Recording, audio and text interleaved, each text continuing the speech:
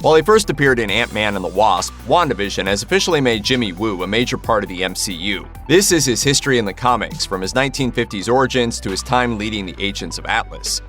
Woo's first comic book appearance came in 1956's four-part miniseries Yellow Claw, which was published by Marvel when they were known as Atlas Comics. In the comic, Woo is a Chinese-American FBI agent tasked with hunting down the Yellow Claw, an ancient Chinese mystic who seeks to conquer the world. Unsurprisingly, this comic features many racist depictions of Asian people, with the Yellow Claw himself being a yellow peril caricature. However, Jimmy Woo is a positive exception to the largely negative depictions of Asian characters in comics of the era, according to columnist Jeff Yang. The first issue features a fairly clear-cut espionage story, but Yellow Claw goes to some wild places in the next few issues. Each story sees Woo foil the Claw's plan before he escapes. The Claw's grandniece, Suwan, who we recruited to aid him in his quest for world domination, secretly helps Woo throughout the miniseries. Woo went dormant for 10 years following his debut. Then he returned to Marvel Comics, which had successfully rebranded itself away from its Atlas days. In 1967's Strange Tales number 160, Captain America brings Woo to Nick Fury at S.H.I.E.L.D. headquarters because he might have a lead on an ongoing case called Project Blackout. Fury then tells the duo how he and Cap investigated a mysterious force inside the Statue of Liberty. This enigmatic enemy planned on turning everyone on America's East Coast into obedient zombies. Woo reveals in the following issue that the mastermind behind this thwarted plan is the Yellow Claw, who was long thought to be dead. As for Woo, he officially joined S.H.I.E.L.D. in 1968's Nick Fury Agent of S.H.I.E.L.D. number 2. He even helps the agency fight Godzilla when the giant lizard attacks North America on the 24-issue Godzilla series, released between 1977 and 1979. Woo appears in a 6-part miniseries from 1988 entitled Nick Fury vs. S.H.I.E.L.D. Or does he? The first issue begins with an advanced idea mechanic ship filled with Hydra agents attacking Fury's squad. They manage to steal a power core from a downed helicarrier. Fury tracks the core to the Roxxon Industrial Research Complex in New Jersey through a sleeper agent named Jack Rowlands. Fury reports his findings to the S.H.I.E.L.D. Executive Board, and they respond by sending Woo to kill Rowlands. Woo and the board are actually advanced versions of S.H.I.E.L.D. androids called Life Model Decoys, or LMDs.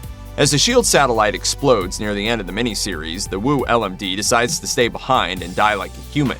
Although the real Jimmy Woo was thought to be dead at this time, 1993's Nick Fury Agent of S.H.I.E.L.D. number 43 and number 44 reveal that he was one of 4 agents put in stasis and brainwashed by Hydra. Fortunately, they are all deprogrammed a few issues later. With the Agents of Atlas series that started in 2006, Woo led his first comic in almost 50 years. Authority looks good on you, Jimmy. The first issue of this series reveals that an elderly Woo went rogue and commanded a team of disenfranchised S.H.I.E.L.D. agents on a raid of the San Francisco branch of the fiendish Atlas Foundation. They traveled into a secret room where the whole team was killed except Woo, who was put on life support. The only clues S.H.I.E.L.D. can gather link Woo's mission to a short-lived crime-fighting group from the late 1950s called the G-Men. The agency's subdirector Timothy Dum Dum Dugan brings in Gorilla Man, a member of the G-Men, for questioning, as he's the only G-Men member they can get a hold of. Looking for answers, Gorilla Man secretly contacts 2 other G-Men members, a robot named M11 and a superpowered human with genetically engineered uranian physiology named Marvel Boy. They help break Woo out of the hidden S.H.I.E.L.D. facility. Using his last mental impression of Woo, Marvel Boy restructures him, which restores Woo to his 1950s self, at the expense of his memories from the last 50 years. With his youth regained, Woo reforms the Agents of Atlas to find more leads on the Atlas Foundation. Derek Kanata, a Wakandan S.H.I.E.L.D. agent and investigator of Woo's case, travels to Woo's house in order to search for more clues, but the G-Men are already there. They initially intend to leave Kanata behind until he says he knows the location of G-Men member Venus, who can affect men with her singing. The team travels to Africa where they meet Venus and fight a Yellow Claw robot.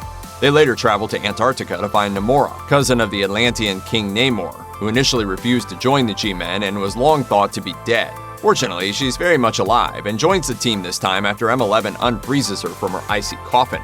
Woo and his team subsequently raid several shady organizations with the name Atlas. They finally take a break in Fiji in Agents of Atlas number 4, where they encounter the Yellow Claw, now known as the Golden Claw. The team discovers that M11 is a double agent, and after a fight breaks out between them, Woo asks M11 to cut his connection to the Golden Claw.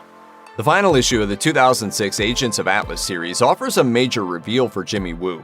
The team enters the Atlas Foundation's secret room in San Francisco, where they confront a giant talking dragon named Mr. Lau, advisor to the Atlas Foundation's leader. He reveals the organization's origins in the Mongol Empire and the Golden Claw's real name. Even more dramatically, it turns out that Wu, whose Chinese name is Wu Yanjet, was chosen to be the Golden Claw's successor shortly after he was born. Wu's parents, however, wanted no involvement. They moved to America and urged their son to pursue law enforcement. Mr. Lau believed that if Wu could rise up through the ranks of government, his reputation would grow exponentially. Thus, when Wu was an FBI agent during the 1950s, Atlas positioned the Yellow Claw as his nemesis so that the American government would trust him and his profile would grow.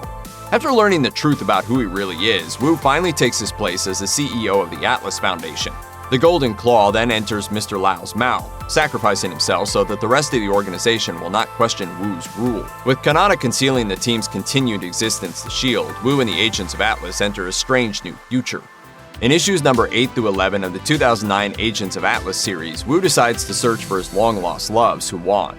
Mr. Lau tells Wu that after Atlas lost track of him, Suwan threw herself into the work of the organization, and was quite good at it too. The Golden Claw eventually let her run her own group, called the Great Wall. But after he asked Suwan to step down, her loyalists rebelled, causing a rift in the Empire. Wu travels to China through the Dragon's Corridor, an alternate dimension controlled by the Atlas Foundation, to speak with Suwan, who now goes by the moniker Jade Claw. Since Wu has violated the Atlas Great Wall Treaty, the Jade Claw attempts to hold him hostage, but of course Wu and his team fight back. The Jade Claw continues to attack the Atlas Foundation's operations until Wu's team once again attacks the Great Wall's home base. With her force defeated, the Jade Claw surrenders and Wu lets her live to represent her people. Wu leaves his second-in-command to oversee the Great Wall and bring it in line with the new Atlas Foundation. In 2013's Infinity the Hunt #1, it's revealed that Wu has co-created a superhero school with a former supervillain called the Pan-Asian School for the Unusually Gifted. This school is located in Mumbai and recruits students from all over Asia. This institution is one of many superhero schools chosen to compete in the Contest of Champions, a competition created by Hank Pym as a sort of Marvel Youth Olympics. The 3 students selected to compete on behalf of the Pan-Asian School are the tech genius known as Gang, the tendril-generating being known as Pom Pom, and a modern incarnation of the Hindu god Durga, known as S.H.I.E.L.D. This initial meeting between schools is interrupted when Thanos' forces attack Earth. In the end, the students from each school work together to defend Wakanda.